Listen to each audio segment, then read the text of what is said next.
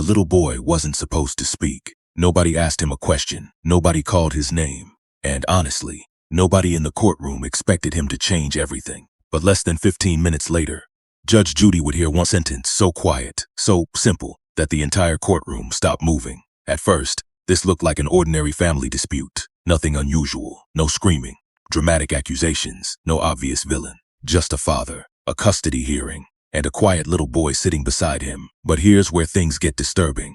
Sometimes the loudest pain inside a family belongs to the person saying the least. The courtroom doors opened. The father walked in first. Mid-30s, work boots, wrinkled shirt, tired face. Not angry, not defensive, just tired. That detail mattered because emotional exhaustion looks very different from guilt. Guilt hides, exhaustion survives. Beside him walked a little boy, about 8 years old. Small backpack, blue hoodie, holding a toy car head down. Quiet, too quiet, and Judge Judy noticed immediately, because experienced judges understand something most people miss. Children usually mirror emotional safety. Safe children move, talk, look around. This child looked careful, like someone trying not to make a mistake. Across the courtroom sat the mother. Perfect posture, perfect makeup, perfect smile. Too perfect, interesting, very interesting, because emotional conflict normally leaves traces. Stress, fatigue, emotion. But she looked prepared. Organized, controlled, almost rehearsed. The hearing started. The mother spoke first, and she spoke beautifully, calm, measured, reasonable, honestly.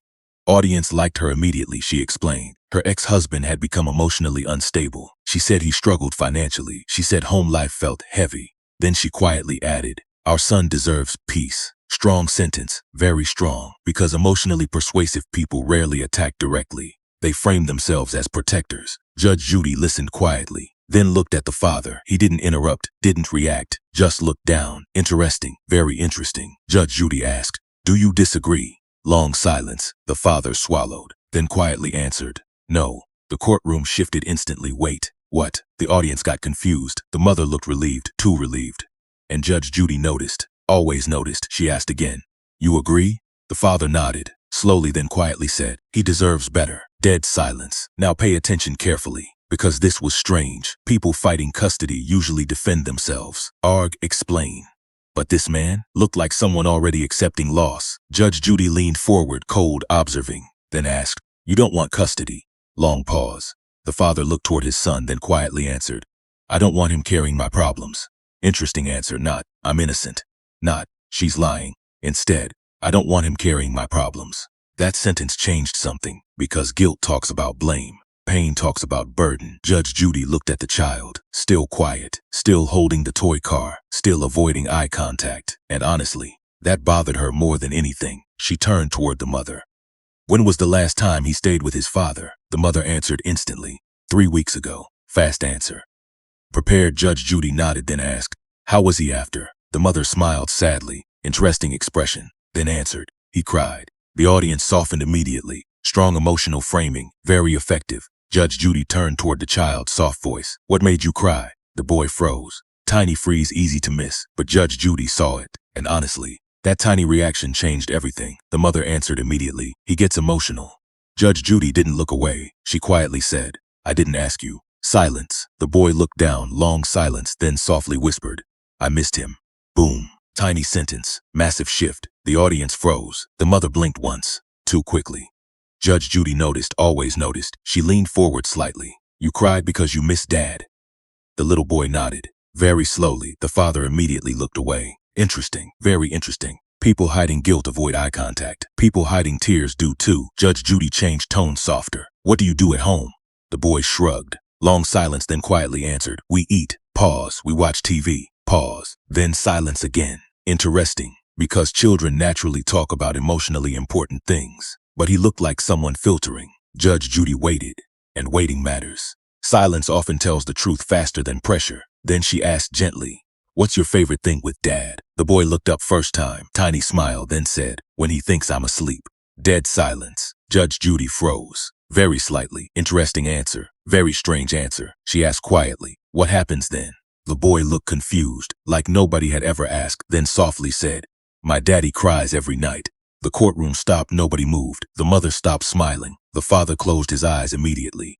And Judge Judy went silent. The courtroom stayed silent. Not normal silence, not respectful silence, the kind of silence where people suddenly become aware of their own breathing, because nobody expected that answer.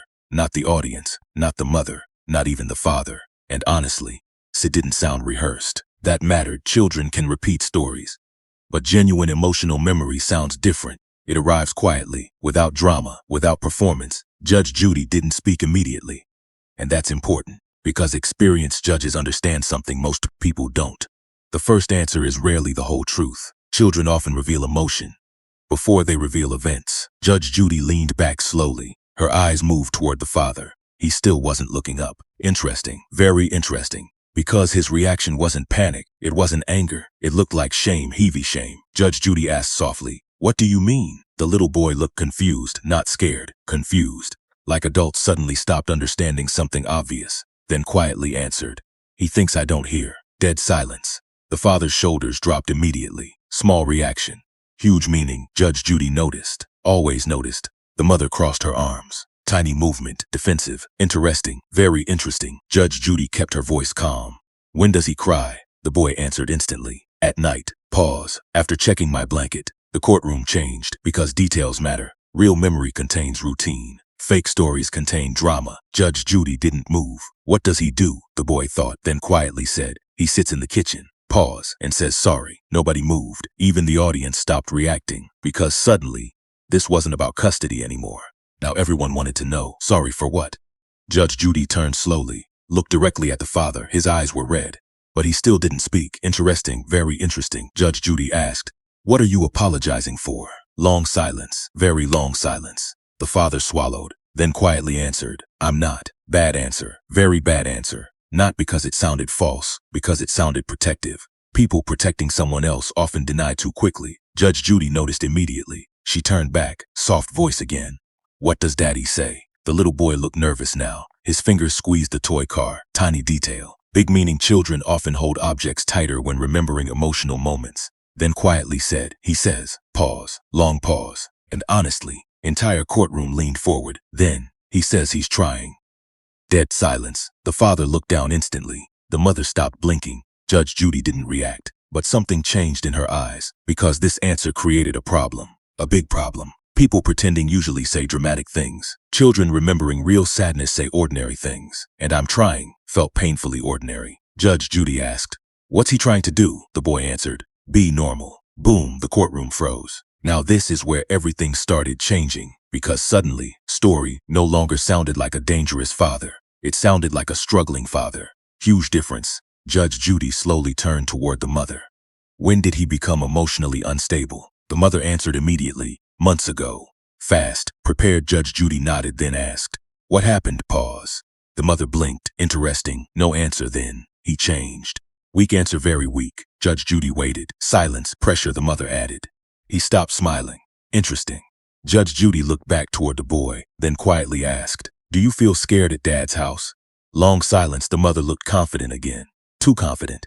And honestly, Judge Judy noticed the little boy looked confused, then answered, "No." The audience shifted instantly. Judge Judy continued, "Do you feel sad?" Long pause, then, "Only when Dad thinks nobody loves him." The courtroom stopped again, and for the first time, Judge Judy removed her glasses. Slowly, that tiny movement changed the room, because everyone knew something wasn't fitting, something wasn't right. Judge Judy looked directly at the father, then quietly asked, "When was the last time you cried?" Silence. The father laughed. Tiny laugh, broken laugh, then answered, "Last night." Nobody moved. Judge Judy asked, "Why?" And honestly, answer that came next changed the entire direction of the case. The father looked at his son, then quietly said, "Because I thought losing him would help him." And suddenly, the mother looked nervous for the first time. The mother smiled. Tiny smile, almost invisible. But Judge Judy noticed. And honestly, that tiny smile bothered her more than anything she'd heard all morning, because sadness usually creates concern, not relief. And suddenly, Judge Judy stopped studying the father and started studying her. The mother adjusted her sleeve, crossed her legs, looked composed again. Interesting, very interesting, because emotional control often returns the moment people think the conversation moved away from them. Judge Judy leaned forward, cold observing, then quietly asked, "When did he stop smiling?" The mother answered immediately, "About 6 months ago." Fast answer, prepared answer. Judge Judy nodded, then asked, "What happened 6 months ago?" Silence, tiny silence, but enough the mother looked away. Interesting, very interesting. People remembering usually look inward. People calculating often look sideways. She answered. Stress. Weak answer. Judge Judy stayed silent. Pressure, then asked. What kind? Long pause. The mother smiled politely. He just changed. Bad answer, very bad answer. Judge Judy didn't react. Instead, she turned back toward the little boy and changed her voice again. Soft, safe, gentle. What does daddy do when he cries? The boy looked down, thinking, then quietly answered. He says numbers. Dead silence. The courtroom froze. Numbers, interesting. Judge Judy leaned forward. What numbers? The father closed his eyes instantly. Huge reaction. The little boy answered. Bills, pause, and dates. Nobody moved. Judge Judy asked. What dates? The little boy shrugged, then quietly said, Pause, I only need 30 more days. The father immediately looked away. Boom. Now this changed everything, because sadness doesn't usually count days, survival does. Judge Judy looked directly at the father and quietly asked, What happens in 30 days? Long silence, dangerous silence. The father swallowed, then smiled. Small smile, broken smile, and quietly said, Nothing. Bad answer, very bad answer. Judge Judy didn't blink. What happens in 30 days? Longer silence, then the father whispered, My lease ends. Dead silence. The audience froze. The mother looked down immediately. Interesting, very interesting. Judge Judy stayed calm. When were you planning to move? The father quietly answered, I wasn't. The courtroom shifted. Judge Judy asked, You don't have somewhere to go? Silence, then, no. The audience went completely silent. Now pay attention carefully. Because this is where emotional narratives become dangerous. The father wasn't crying because he wanted sympathy. He was preparing to disappear. Huge difference? Judge Judy asked. Your son knew. The father looked embarrassed, then quietly answered, I tried to hide it. Judge Judy turned toward the little boy, soft voice. How did you know? The little boy looked confused, then quietly said, He stopped eating dinner. Dead silence. Nobody moved. Children don't notice finances. They notice behavior. Judge Judy asked. What else? The boy squeezed the toy car, then quietly answered, He says he already ate. Pause. But he doesn't. The father immediately covered his face. And honestly, courtroom changed emotionally right there, because this no longer looked like instability. It looked like sacrifice. Judge Judy turned slowly, looked directly at the mother and quietly asked, Did you know? Long silence. The mother answered carefully, Yes, interesting. Judge Judy didn't move. You knew he was losing housing. Pause. Yes. Dead silence. Judge Judy folded her hands, then asked quietly, And you still filed for full custody? Boom. The courtroom exploded into whispers. The mother immediately answered, He isn't stable. Fast. Too fast. Judge Judy stared cold. What exactly makes him unstable? Long silence. The mother swallowed, then quietly said, He cries. Dead silence. Judge Judy removed her glasses. Slowly, then quietly said, Crying isn't instability. Nobody moved. The mother blinked. Judge Judy leaned forward, and honestly, her next question changed everything. She looked directly at the little boy and quietly asked, Who told you not to tell me? The little boy froze instantly, and suddenly, the mother stopped breathing. The little boy froze, not confused, not nervous, frozen. And honestly, that tiny pause changed the emotional temperature of the entire courtroom, because children usually answer simple questions immediately. But this question created fear. Judge Judy didn't move, didn't repeat herself, just watched, because experienced judges understand something powerful. Truth usually arrives naturally, fear arrives carefully. The little boy looked down. Toy car squeezed tighter, shiders smaller, and then his eyes moved toward his mother. Tiny movement, huge meaning. Judge Judy saw it instantly. And honestly, that one glance answered more than words. The mother noticed too. She immediately smiled, too quickly, too softly. Interesting, very interesting, because comfort and control can sometimes look similar. Judge Judy quietly asked again, Who told you not to tell me? Long silence. The little boy whispered, Mom. Dead silence. Nobody moved. The father looked up immediately. The mother froze. Actual freeze. No blinking. No reaction. And honestly, that scared the courtroom more than crying would have. Judge Judy stayed calm. Always calm. But sharper now. She looked toward the mother. You told him not to talk. The mother shook her head immediately. Too fast. Huge mistake. Children often hesitate. Prepared adults usually don't. She smiled. Small, nervous smile. I just didn't want him overwhelmed. Interesting answer. Very interesting, because protective language sometimes hides control. Judge Judy looked back, soft voice.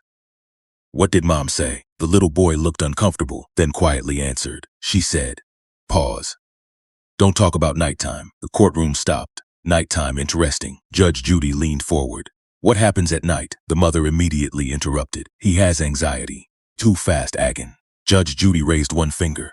Silence, then looked back. What happens? The little boy looked embarrassed like he wasn't supposed to say it, then quietly said, Mom says crying means weak. Dead silence. Nobody moved. The father closed his eyes immediately. And honestly, the audience changed emotionally right there, because suddenly, story felt different. Very different. Judge Judy turned slowly, looked directly at the mother, and quietly asked, Did you say that? The mother laughed softly. Bad move, very bad move. It was motivation. Interesting. Judge Judy didn't blink, then quietly asked, To who? Long silence, the mother answered. To both of them. Boom, the audience reacted instantly. Judge Judy stayed.